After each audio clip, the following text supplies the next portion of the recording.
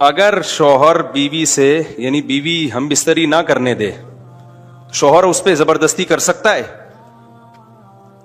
جہلم والی سرکار نے کہا نہیں کر سکتا. پہلے تو ترغیب دی خواتین کو چاہیے ایکچولی یوں نہ کریں, ایسا نہ کریں, یوں نہ ایکچولی, لیکن گھمانے کی کوشش کی. لیکن وہ اینکر بڑا ہوشیار تھا, اس نے کہا یعنی اس کا مقصد ہے یس اور نو میں, تو جواب یہ تھا کہ نو, حالانکہ یہ جواب غلط ہے.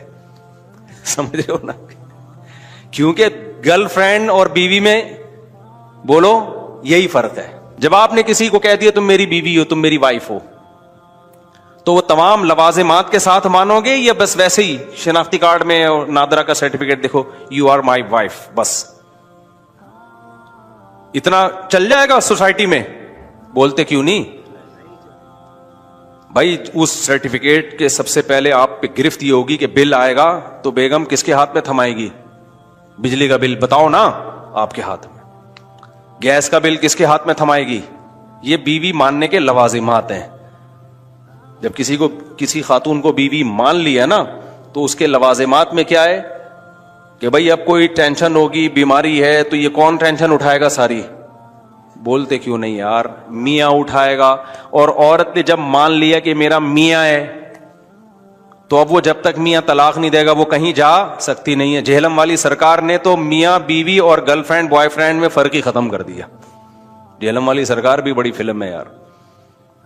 جہلم والی سرکار کا بھی ایک نیا انٹرویو آیا ہے, اس میں جہلم والی سرکار سے کسی نے پوچھا, یہ میں نے اب نام رکھا ہے جہلم, کیونکہ ایک تو شف والی سرکار کا تو بیڑا غرق کیا نا اس نے, اقرار الحسن نے. تو جہلم والی سرکار سے کسی نے پوچھا بھی ایک چینل پہ کہ اگر شوہر بیوی سے یعنی بیوی ہم بستری نہ کرنے دے شوہر اس پہ زبردستی کر سکتا ہے؟ جہلم والی سرکار نے کہا نہیں کر سکتا.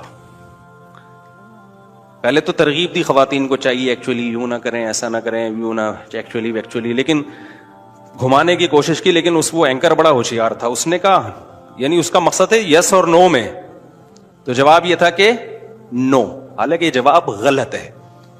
سمجھ رہے ہو نا, کیونکہ گرل فرینڈ اور بیوی میں بولو یہی فرق ہے. یہ اسلام نہیں ہے بھائی, یا تو آپ سیکولر قوتوں کو خوش کر رہے ہو.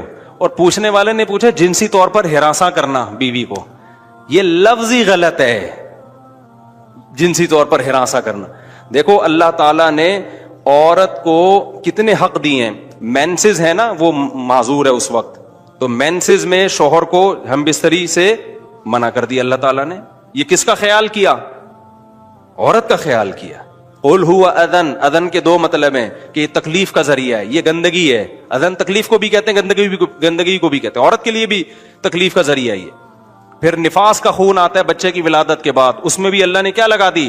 پابندی. پھر اگر واقعی عورت بیمار ہے تو اس میں بھی پابندی ہے. اب یہ جب عورت کو رائٹ دی ہیں تو کچھ رائٹ کس کو دی ہیں؟ مرد کو دی ہیں.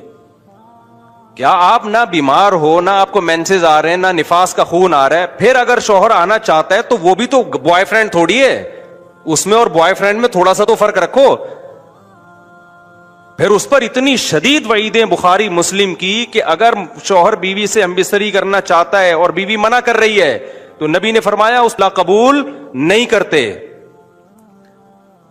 حدیث میں کہ مفہوم ہے جتنے بھی ضروری کام میں ہو, جب شوہر کو خواہش ہو, حدیث میں آتا ہے عورت وہ سارے کام چھوڑ دے. لیکن وہی بات ہے, آپ نے سیکولر لوگوں کو خوش کرنے کی قسم اٹھائی بھی ہے.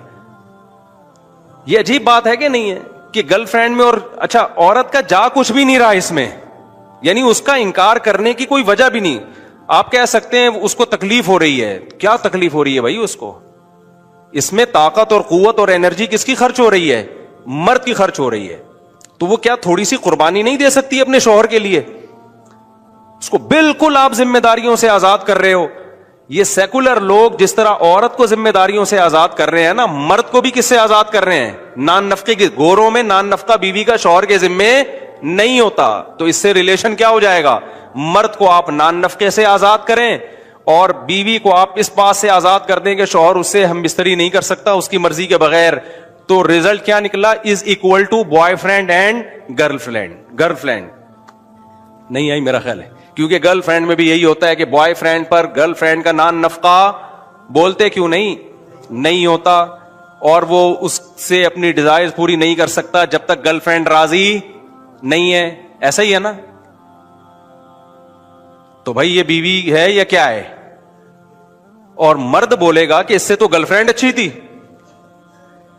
گرل فرینڈ سے بھی میں اس کی مرضی کے بغیر اپنی خواہش پوری نہیں کر سکتا, بیوی سے بھی پوری نہیں کر سکتا, لیکن بیوی میں میرے اوپر ایک پینلٹی ڈال دی گئی ہے, وہ کیا ہے؟ اس کا سارا نان نفقہ اٹھاؤ.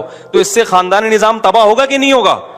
تو جہلم والی سرکار کو قرآن و سنت کو تو بیچارے کو ویسے ہی نہیں پتا, سینس بھی نہیں ہے.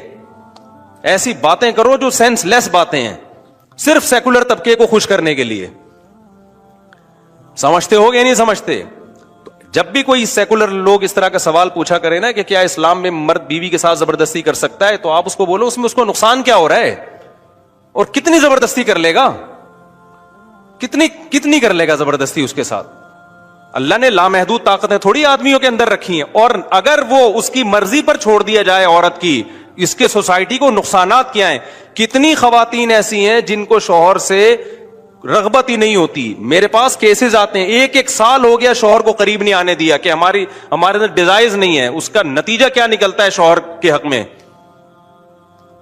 وہ ڈپریشن میں جاتا ہے, وہ زنا کی طرف چلا جاتا ہے. تو اسلام نے عورت کو یہاں پابند کیا ہے کہ بھائی جب شوہر تمہارا اس کا نان نفقہ تمہارے ذمے ہے, تو کسی حد تک تم پر بھی کیا ہے پابندیاں. تمہارا دل چاہے نہ چاہے تم نے اس کی خواہش کو پورا کرنے دینا ہے. اس میں تمہارا نقصان بھی نہیں ہے. یہ تھوڑی ہے کہ اس کی مرضی کے بغیر اس کو تھپڑ مارا جا رہا ہے, کوئی نقصان بھی نہیں ہے اس کا. تو دین علماء سے سیکھا کرو. سمجھتے ہو جہلم والی سرکار کا کلپ میں نے خود اپنے کانوں سے سنا ہے کہ 12:30 یا 12 بجے جیسے ہی ظہر کا وقت داخل ہوا تو ظہر کے ساتھ فوراً کیا پڑھ لیتا ہوں؟ عصر. اللہ میاں ایسے بھی کر سکتے تھے کہ بس الٹے لٹک جاؤ, ٹھیک ہے نا, 5 ٹائم قربانی دلوائی ہے, لیکن ایسے طریقے سے دلوائی ہے کہ اس میں ہمیں روحانی سکون ملے, اس میں ہمارا اللہ سے ریلیشن قائم ہو, اس میں ہمیں لطف اور مزہ آئے, ہماری دنیا بھی سدھر جائے اس سے. ہمیں حکم دیا سب سے پہلے فجر کی نماز رکھی تاکہ مسلمان صبح دیر سے اٹھنے والی قوم